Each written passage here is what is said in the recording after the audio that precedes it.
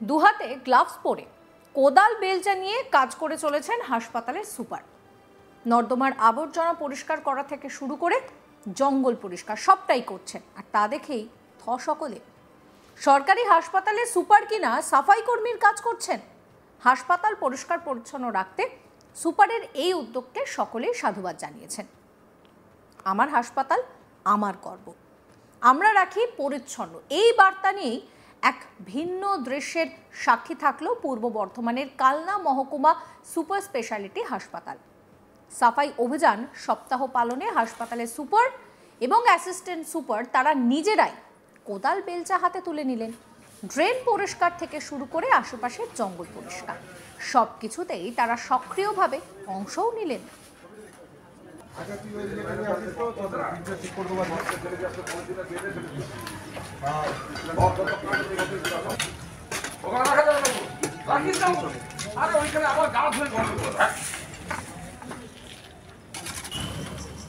এই বিশেষ অভিযানে হাসপাতালের বহু কর্মীরাও উপস্থিত ছিলেন। অ্যাসিস্ট্যান্ট সুপার গৌতম বিশ্বাস বলছেন যে সপ্তাহব্যাপী সাফাই অভিযান কর্মসূচি নেওয়া হয়েছে। হাসপাতালের বিভিন্ন স্থানে জমে থাকা ময়লা আবর্জনা এগুলো পরিষ্কার করা হচ্ছে। ডেঙ্গু ম্যালেরিয়ার প্রাদুর্ভাব রুখতেই এই উদ্যোগ। গৌতম বিশ্বাস কি বলছেন শুনুন। অ্যাকচুয়ালি যেটা হয়েছে, আমাদের প্রত্যেক বছরে একটা সাফাই অভিযান আমরা পালন করি এক সপ্তাহ ধরে, যেখানে রয়েছে আমাদের এই ডেঙ্গু বা যে সমস্ত আমাদের ভেক্টরবর্ন ডিজিজ প্রাদুর্ভাব আমাদের বাড়তে থাকে।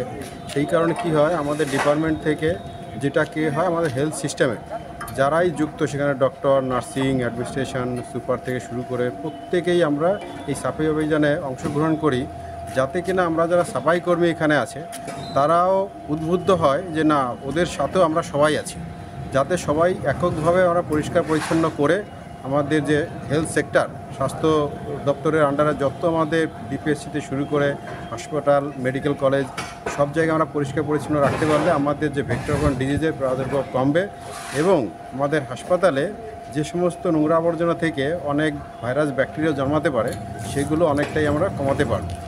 দেখা গেল যে আজকে সুপার সাহেব এবং আপনি নিজেই ড্রেন পরিষ্কার করলেন, মানে এরকম কি আগামী দিনেও চলবে? হ্যাঁ, এটা যেটা হয় আমাদের প্রত্যেক বছর এটা হয়, শুধু আমরা নয়, আমাদের মেডিকেল কলেজ থেকে শুরু করে আমাদের ডাইরেক্টর অফ হেলথ সার্ভিসেস উনি স্বয়ং নিজে এবং আমাদের সিএমওই সাহেব এবং আমাদের গতবারে আমরা সাফাই অভিযানে আমাদের যাকে চেয়ারপারসন আমাদের স্বপন দেবনাথ মিনিস্টার, উনি নিজেও ছিলেন। তো আমরা দেখি চেষ্টা করছি, আমাদের এক সপ্তাহের একটা প্রোগ্রাম আছে, এর মধ্যে যদি ওনার টাইম বের করতে পারেন উনি আমাদের সাথে সাফাই কর্মে যোগ দেবেন, যাতে কি না আমরা প্রত্যেকেই শুধু যে পরিষ্কার পরিচ্ছন্ন করেই আমরা পরিষ্কার রাখতে পারবো সেটা নয়। এটার উদ্দেশ্য হচ্ছে প্রত্যেকটা যারা হাসপাতালে আসে, পেশেন্ট পার্টি এবং পেশেন্ট এবং স্টাফরা, যাতে সবাই সচেতন হয় যে ইচ্ছা করে না আমরা নোংরা এখানে করতে পারি, সচেতন করে আমরা জায়গাটাকে পরিষ্কার পরিচ্ছন্ন রাখতে চাই, যাতে জীবাণুমুক্ত আমরা পরিবেশ তৈরি করতে পারি এবং যারা পরিষেবা নিতে আসে তারা সুস্থভাবে বাড়িতে যেতে পারে। যারা এখানে আসে ট্রিটমেন্ট নিতে, আমরা চাই না যারা এখান থেকে আরও জীবাণু নিয়ে বাড়িতে যায়। এই বিষয়ে বিজেপির তরফে প্রতিক্রিয়া দেওয়া হয়েছে।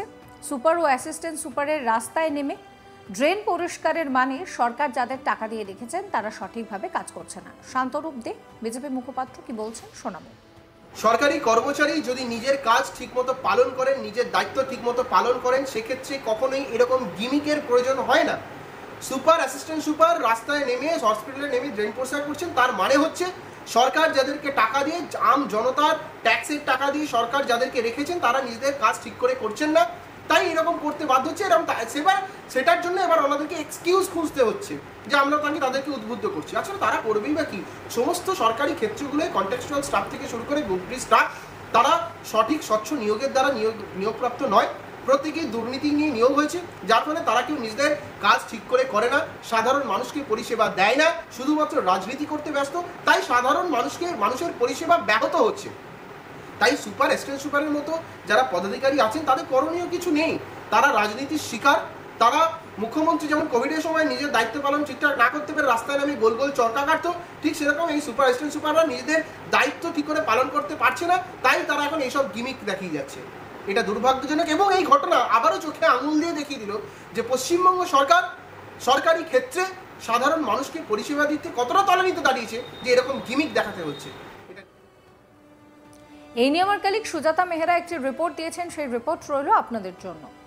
দেখো, পতঙ্গবাহিত রোগ ডেঙ্গু এবং ম্যালেরিয়ার প্রকোপ কমানোর লক্ষ্যে কিন্তু সপ্তাহব্যাপী হাসপাতাল প্রাঙ্গণে বিশেষ সাফাই অভিযান, আর তাতেই দেখা গেল হাতে গ্লাভস পরে কোদাল বেলচা নিয়ে নর্দমার আবর্জনা ও আশপাশের জঙ্গল পরিষ্কার করতে হাসপাতালের সুপার চন্দ্রশেখর মাইতি ও সহকারী সুপার গৌতম বিশ্বাসকে।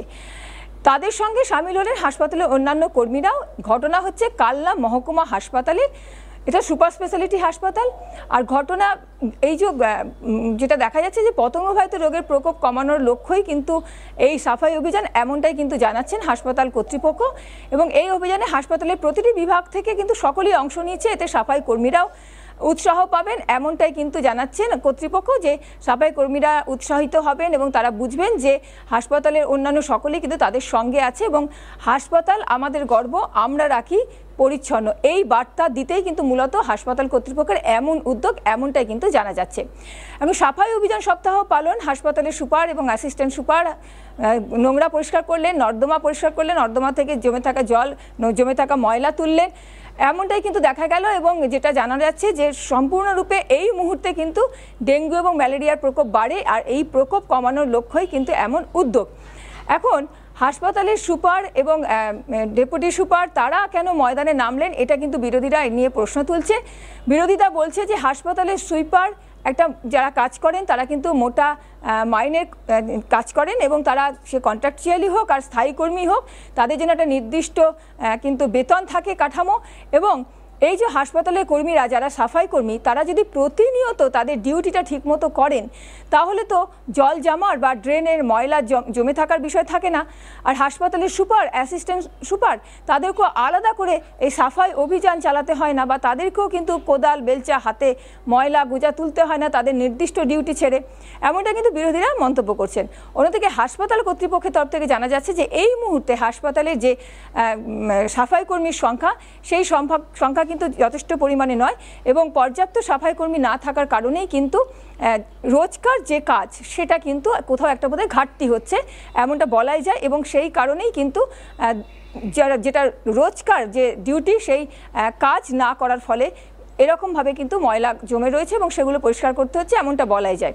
যেহেতু হাসপাতাল কর্তৃপক্ষ জানাচ্ছে যে এই মুহূর্তে তাদের কাছে কিন্তু সাফাই কর্মী কর এবং সাফাই কর্মী নিয়োগ না হওয়ার কারণে তারা কিন্তু সমস্যায় রয়েছেন, এমনটা কিন্তু হাসপাতাল সূত্রে জানা যাচ্ছে।